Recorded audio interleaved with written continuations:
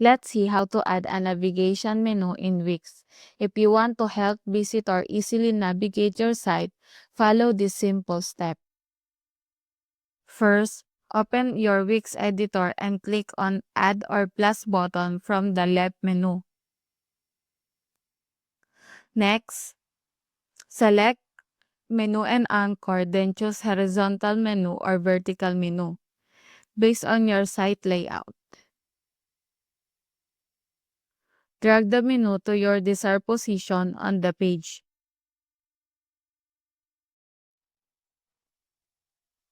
To customize it, click on the menu, then select Manage Menu to add, remove, or rename pages.